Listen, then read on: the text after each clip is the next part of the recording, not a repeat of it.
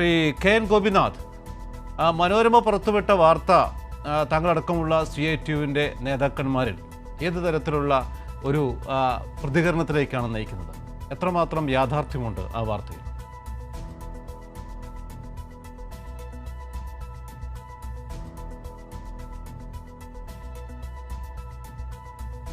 കുലബന്ധം പോലും ഇല്ലാത്ത ഇത്തരം വാർത്ത മലയാള മനോരമയുടെ ഒരു തിരക്കഥയാണെങ്കിലും, പക്ഷേ ജനങ്ങളെ കുറച്ച് നേരത്തേക്കെങ്കിലും, അത് CITU ആണെങ്കിലും INTUC ആണെങ്കിലും തൊഴിലാളിയാണെങ്കിലും ഏതൊരു തൊഴിലാളിയെയും സാധാരണ ജനങ്ങളെയും തെറ്റിദ്ധരിപ്പിക്കാൻ ഇടവരുത്തും, സംശയം ജനിപ്പിക്കാൻ ഇടവരുത്തുന്ന വിധത്തിലേക്ക് ഏതാണ്ട് വിശ്വാസജനകമായിട്ടുള്ളൊരു വാർത്ത എന്നുള്ള നിലയിലാണ് പ്രസിദ്ധീകരിച്ചിട്ടുള്ളത്.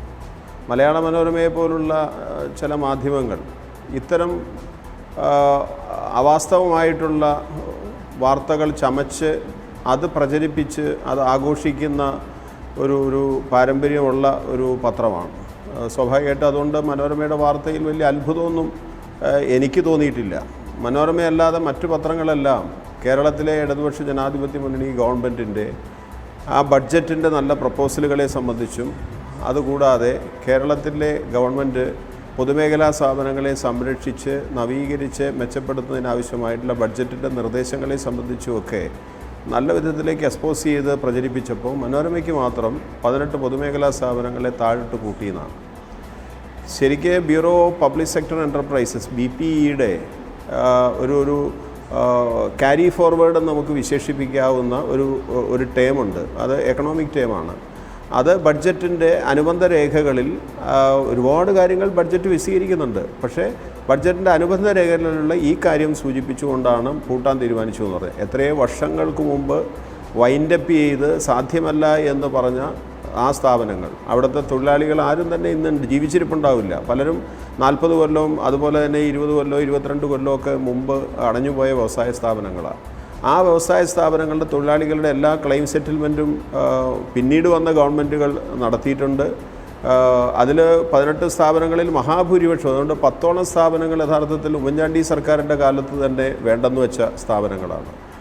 അതുകൊണ്ട് അവരവും കഴിഞ്ഞിട്ട് ഇപ്പോൾ വന്നിരിക്കുകയാണ് വളരെ പെട്ടെന്ന് പൊതുമേഖലാ സ്ഥാപനങ്ങൾ അടച്ചുപൂട്ടാൻ തീരുമാനിച്ചു. കേരളത്തിലെ ഗവൺമെൻറ് പൊതുമേഖലാ സ്ഥാപനങ്ങൾ അടച്ചു പൂട്ടുന്നില്ല എന്ന് മാത്രമല്ല, പൊതുമേഖലാ സ്ഥാപനങ്ങളെ സംരക്ഷിക്കാൻ വേണ്ടിയുള്ള നടപടിയാണ് ഏറ്റവും ബഡ്ജറ്റിലും.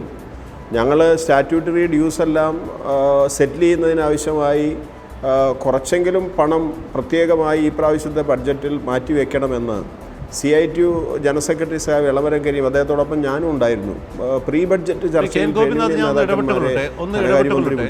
മുൻ വർഷങ്ങളിലെ ബജറ്റുമായി താരതമ്യം ചെയ്യുമ്പോൾ ഈ തവണത്തെ ബജറ്റിൽ സ്വകാര്യ മൂലധനത്തിന് കുറച്ചധികം പ്രാധാന്യം കിട്ടുന്ന വിധത്തിലുള്ള, അല്ലെങ്കിൽ സ്വകാര്യ മൂലധനത്തെ പ്രോത്സാഹിപ്പിക്കുന്ന വിധത്തിലുള്ള ഒരു ബജറ്റ് എന്നാണ് ചില വിമർശകർ പറയുന്നത്. അത്തരമൊരു സാഹചര്യത്തിലാണ് ഈ പൊതുമേഖലാ സ്ഥാപനങ്ങളിൽ ചിലതിൻ്റെങ്കിലും നിലനിൽപ്പ് ഭീഷണിയിലാകുമോ എന്നുള്ള ഒരു സംശയം മുൻപോട്ട് വരുന്നത്.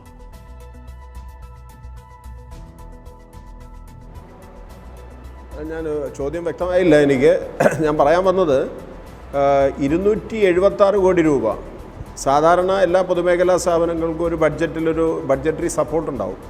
ആ സപ്പോർട്ട് ഇപ്രാവശ്യവും കിട്ടിയിട്ടുണ്ട്. കഴിഞ്ഞ തവണത്തേന്ന് കുറയ്ക്കാത്ത വിധത്തിലേക്കുള്ള സപ്പോർട്ട് കിട്ടിയിട്ടുണ്ട്. ടെക്സ്റ്റൈൽ മേഖലയ്ക്ക് കിട്ടിയിട്ടുണ്ട്, കെമിക്കൽ ഇൻഡസ്ട്രിക്ക് കിട്ടിയിട്ടുണ്ട്, ഇലക്ട്രിക്കൽ ഇൻഡസ്ട്രി, എല്ലാ കാറ്റഗറി ചെയ്ത എല്ലാ സെക്ടറിനും കിട്ടിയിട്ടുണ്ട്. അതുകൂടാതെ ട്രേഡ് യൂണിയനുകൾ ഉന്നയിച്ചിട്ടുള്ള പ്രധാനപ്പെട്ട ആവശ്യം വ്യവസായ വകുപ്പ് മന്ത്രി, തൊഴിൽ മന്ത്രി, അതുപോലെ ധനകാര്യമന്ത്രിയും ഒരേപോലെ ചെവിക്കേണ്ടതാണ്. മുഖ്യമന്ത്രി അടുത്ത് വരെ ഞങ്ങൾ പോയിട്ടുണ്ട്. കാരണം എന്താ വെച്ചാൽ വർഷങ്ങളായി മാറി വരുന്ന ഗവൺമെൻറ് കാലത്ത് പൊതുമേഖലാ സ്ഥാപനങ്ങളുടെ ക്രൈസിസിൻ്റെ ഭാഗമായി വിരമിച്ചു പോയിട്ടുള്ള തൊഴിലാളികൾക്ക് ഗ്രാറ്റുവിറ്റി കിട്ടിയിട്ടില്ല, അവരുടെ പെൻഷൻ അവർക്ക് കിട്ടിയിട്ടില്ല, പ്രോവിഡൻറ്റ് ഫണ്ടിൽ പെൻഷനിലേക്കുള്ള അടങ്കൽ അടച്ചിട്ടില്ല, ഇങ്ങനെയുള്ള സ്റ്റാറ്റ്യൂട്ടറി ഡ്യൂസ് അടക്കമുണ്ട്.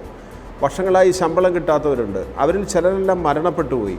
സ്റ്റേറ്റ് ഗവൺമെൻറ് എന്നുള്ളതിൽ ഈ ഗവൺമെൻറ് അത്തരം സ്റ്റാറ്റ്യൂട്ടറി ഡ്യൂസ്, സാധാരണ ഗവൺമെൻറ് ബഡ്ജറ്ററി സപ്പോർട്ട് കൊടുത്താൽ ആ തുക സ്റ്റാറ്റ്യൂട്ടറി ഡ്യൂസിനൊന്നും വേണ്ടി വിനിയോഗിക്കാൻ പറ്റില്ല, വഴിമാറ്റി ഉപയോഗിക്കാൻ പറ്റില്ല. അങ്ങനെയുള്ള ഹെഡിലാണ് അത് തരുന്നത്. ഇപ്രാവശ്യം ആദ്യമായി ഇത്തരത്തിലുള്ള സ്റ്റാറ്റ്യൂട്ടറി ഡ്യൂസ് തൊഴിലാളികൾക്ക് അവരുടെ കുടുംബങ്ങൾക്ക് കിട്ടേണ്ടത് കൊടുക്കാൻ വേണ്ടി 276 കോടി രൂപ ഈ ബഡ്ജറ്റിൽ മാറ്റിവെച്ചിരിക്കുന്നു എന്ന് പറഞ്ഞാൽ, അതേപോലെ പൊതുമേഖലയെയും തൊഴിലാളികളെയും സ്നേഹിക്കുന്ന ഒരു ഇടതുപക്ഷ ജനാധിപത്യ ഗവൺമെൻറ് ഉള്ളപ്പോൾ നട്ടാൽ കുരുക്കാത്ത നുണകൾ ഇങ്ങനെ പ്രചരിപ്പിക്കുന്ന രീതി മലയാള മനോരമയെ പോലുള്ള പത്രങ്ങൾ ഇനിയെങ്കിലും നിർത്തണം.